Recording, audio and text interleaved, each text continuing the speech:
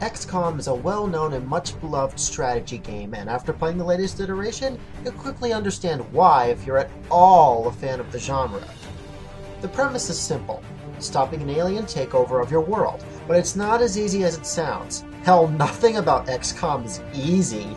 The game is quite challenging, even if you're on the lower difficulty levels, and you'll quite often find that playing recklessly and brashly can easily get you killed.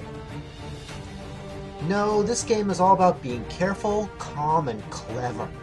It's about knowing where to place your fighting men and women as you take back the Earth from the benevolent Advent forces that have claimed your world under the guise of pretending to be doing your species a favor.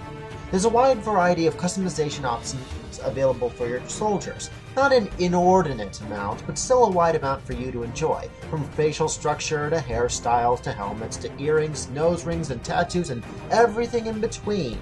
With classes that range from the explosion and trigger-happy grenadiers to the katana-wielding rangers to the hack everything electronic we can find specialists.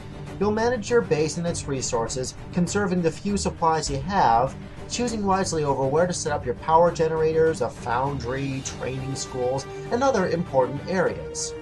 But you're going to have to choose carefully on the overmapped world as well as the battlefield, because whilst it's quite necessary to build up a large group of resistance contacts in the name of seeking out enemy facilities, you have to be careful that too much of your resources aren't drained, because you only get so much every single month, and you can only start out with so many to begin with.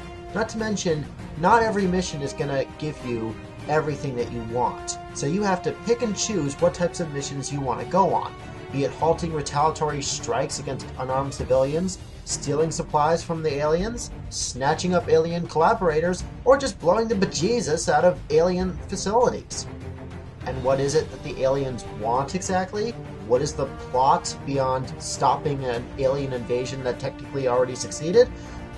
Well, I can't give too much away, but to slightly spoil things and put what they're doing to humanity mildly that's kind of representative of a greater whole, the characters in your brace will bring up Advent burgers, and how so many people seem to love them. With your engineer Shen asking how they're made when nobody has seen a cow in years. They're making our food out of people. Next thing they'll be breeding us like cattle for food. You gotta tell them. You gotta tell them. Promise, Tiger, I promise. I'll tell the exchange. You tell everybody. Listen to me, Hatcher. You gotta tell them. Silent breed is people! Now, the classes break down as such. Psi operatives can use psychic powers to bend your opponent's minds to your will, or shred them with psionic might.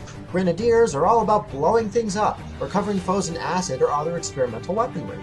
Sharpshooters can blast apart enemies from afar, or if the right perk is selected, they'll blast away with a free shot up close with their pistols. The ranger can move far and do decent damage, but they're really melee combat beasts above all. And of course, I can't forget the specialists and their little flying drones called gremlins.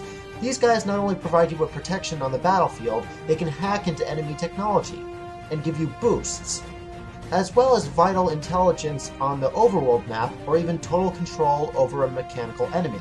All of these have different pros and cons, and you have to be careful about how you employ them on the battlefield, especially in the later parts of the game, because your enemies are going to have armor themselves, forcing you to use things like grenades or armor-piercing attacks or rockets to shred these guys open and make them vulnerable. So play smart, play carefully, don't group all your guys together or you'll become an easy target, build up resistance contacts to quickly halt the sinister Avatar project, and above all, don't rage quit. I know you might definitely want to after losing to those damn Codex foes again and again because they can teleport around and clone themselves, but you need to soldier on, Commander. Earth's counting on you.